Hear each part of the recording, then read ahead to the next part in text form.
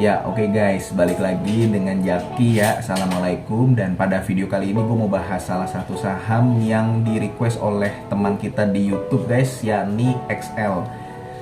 Jadi memang gue sengaja menunggu sampai laporan kuartal 3-nya terbit. Dan ini sudah terbit LKQ3-nya di tanggal 7 November 2022 kemarin. Dan langsung aja kita lihat di laporan keuangannya. Sebenarnya XL ini kalau gue lihat performanya, kinerjanya naik turun guys. Dan tercermin dari sahamnya XL selama 5 tahun terakhir. Lu bisa perhatikan guys, ini sahamnya XL naik turun, naik turun, naik turun.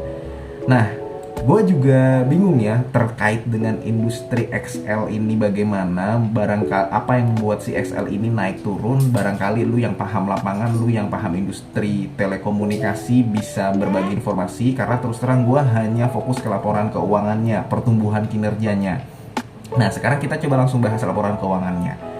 Untuk ekuitasnya XL ini memang bertumbuh guys. Lu perhatikan dari 2018 dia 18 triliun, 19 triliun, sampai di tahun 2022 kuartal ketiga itu 20,7 triliun. Tapi kenaikan ekuitasnya itu tidak signifikan. Ekuitasnya bertumbuh namun kurang signifikan menurut gua. Kemudian lu lihat dari pendapatannya. Pendapatannya di tahun 2018 22 triliun, naik 25 triliun, naik lagi di tahun 2020 26 triliun. Itu biasanya lagi pandemi ya guys ya. Setahu gue memang banyak orang yang menggunakan pembelajaran jarak jauh, ya bisa jadi XL ini pendapatannya tinggi di tahun 2020 itu. Tapi di tahun 2021 turun jadi 19 triliun, dan di tahun 2022 ini naik lagi guys, 21 triliun. Hanya saja laba bersihnya itu turun. Jadi laba bersih XL di tahun 2022 itu 981 miliar sampai kuartal 3 2022, dibanding tahun 2021 itu 1 triliun laba bersihnya. Jadi ini jelas turun untuk laba bersih XL. Nah sekarang kita lihat, itu kan kita sudah bahas laporan keuangannya ya guys ya, dari ekuitasnya, dari pendapatannya, dari laba bersihnya. EPS-nya pun dia di tahun ini berpotensi mendapatkan 122 perak per lembar. Nah, kita udah bahas nih untuk kinerja keuangannya, naik turun kayak roller coaster. Sekarang kita lihat valuasinya. Valuasinya si XL ini memang bergerak di PBV 1, 1,5, 1,7, 1,1, dan saat ini di 1,2 PBV-nya. Untuk pernya sendiri memang yang paling besar sempat ada di tahun 2020 78.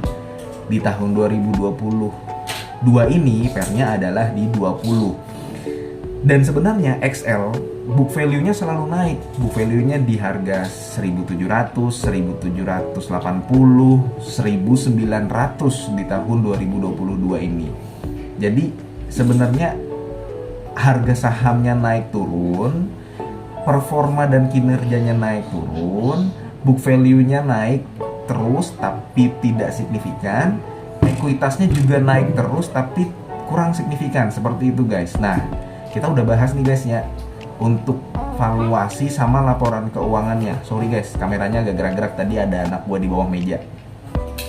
Sekarang kita lihat harga wajarnya guys.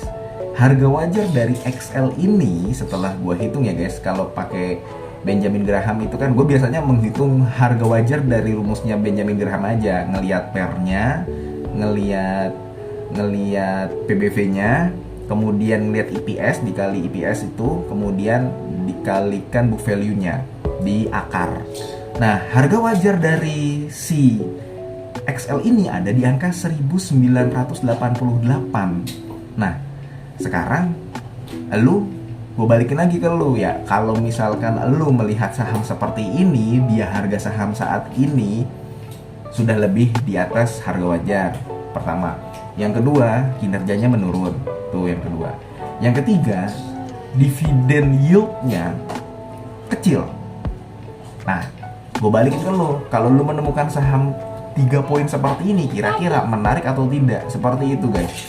Kalau lu tanya ke gua nggak tertarik dengan XL dengan kinerja yang sampai saat ini ditunjukkan oleh XL itu sendiri. Kalau misalkan gua disuruh memilih antara dulu, Dar, kasih Dar. Kalau gua disuruh milih, astagfirullah, kasih dulu. Kalau gue disuruh memilih antara XL sama Indosat, ya gue akan memilih Indosat. Karena kenapa?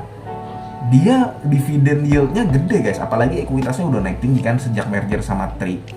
Tapi kalau disuruh milih antara XL sama Indosat atau perusahaan lain, gue akan lebih milih perusahaan yang lain dahulu. Karena banyak yang lebih murah dari XL dan Indosat ini gitu loh guys. Kalau pilihannya cuma XL dan Indosat, gue milih Indosat. Tapi kalau misalkan disuruh milih antara XL, Indosat atau perusahaan lain, ya gue akan cari perusahaan yang lain dahulu begitu guys. Kalau gue, karena gue melihat dari dividennya XL gak menarik, kemudian dari harga wajarnya juga kurang menarik, kemudian dari kinerjanya turun guys. Jadi ya itu sih alasan gue kenapa gue nggak masuk XL. Paling itu guys ya untuk XL, dan sekian video yang gue buat. Mudah-mudahan video ini bermanfaat buat lu sebagai salah satu sumber referensi, dan mudah-mudahan kita bisa bertemu di video selanjutnya. Ini bukan ajakan jual beli ya guys ya, karena keputusan investasi ada di tangan masing-masing. Wassalamualaikum warahmatullahi wabarakatuh.